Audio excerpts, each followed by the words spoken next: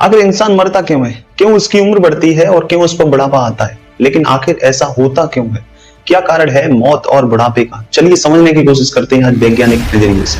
विज्ञान कहता है कि हमारे शरीर में मौत और बुढ़ापा ये हमारी सेल्स के विभाजन पर डिपेंड होता है। हमारा शरीर लाखों और वो सेल्स से बना हुआ है। रोज एक सेल्स नई नई सेल्स का विभाजन करती है, नई नई सेल्स में विभाजित हो जाती है। हर रोज हर सेल्स यानी कि कोशिकाएं अपनी डॉटर सेल्स क्रिएट करती हैं, एक से अधिक डॉटर सेल्स बनाती हैं। वैज्ञानिक कहते हैं कि हमारे शरीर में बचपन से लेकर जवानी तक सेल्स का विभाजन की जो गति होती है काफी तेजी से होती है। सेल्स काफी तेजी से अपनी डॉटर सेल्स बनाती हैं, काफी तेजी से इनमें विभाजन होता है।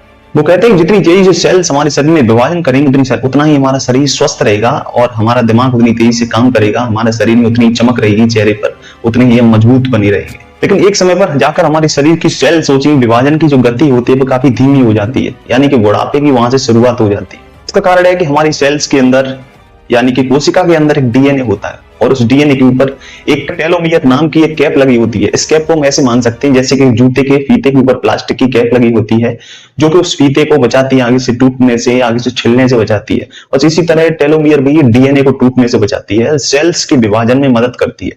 और टेलोमियर जितनी लंबी होगी सेल्स उतनी तेजी से विभाजन करेंगी। बचपन से लेकर जवानी तक टेलोमियर की लंबाई काफी होती है, लेकिन एक समय पर टेलोमियर भी धीरे धीरे छोटी होती जाती है।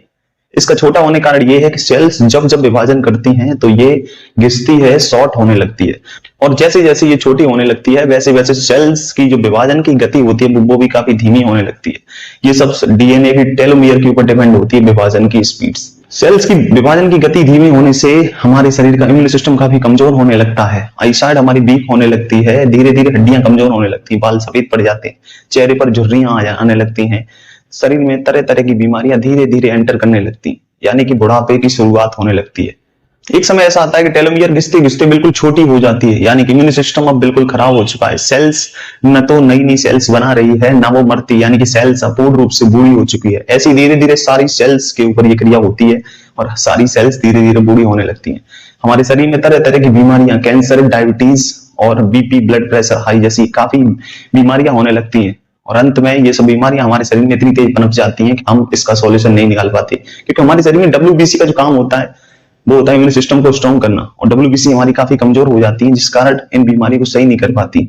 और एक समय पर हमारे शरीर के ऑर्गन्स धीरे धीरे अपना काम करना बंद कर देते हैं और बीमारियों की वजह से अपना काम जो है ढंग से नहीं कर पाते और अंततः व्यक्ति की मौत हो जाती है।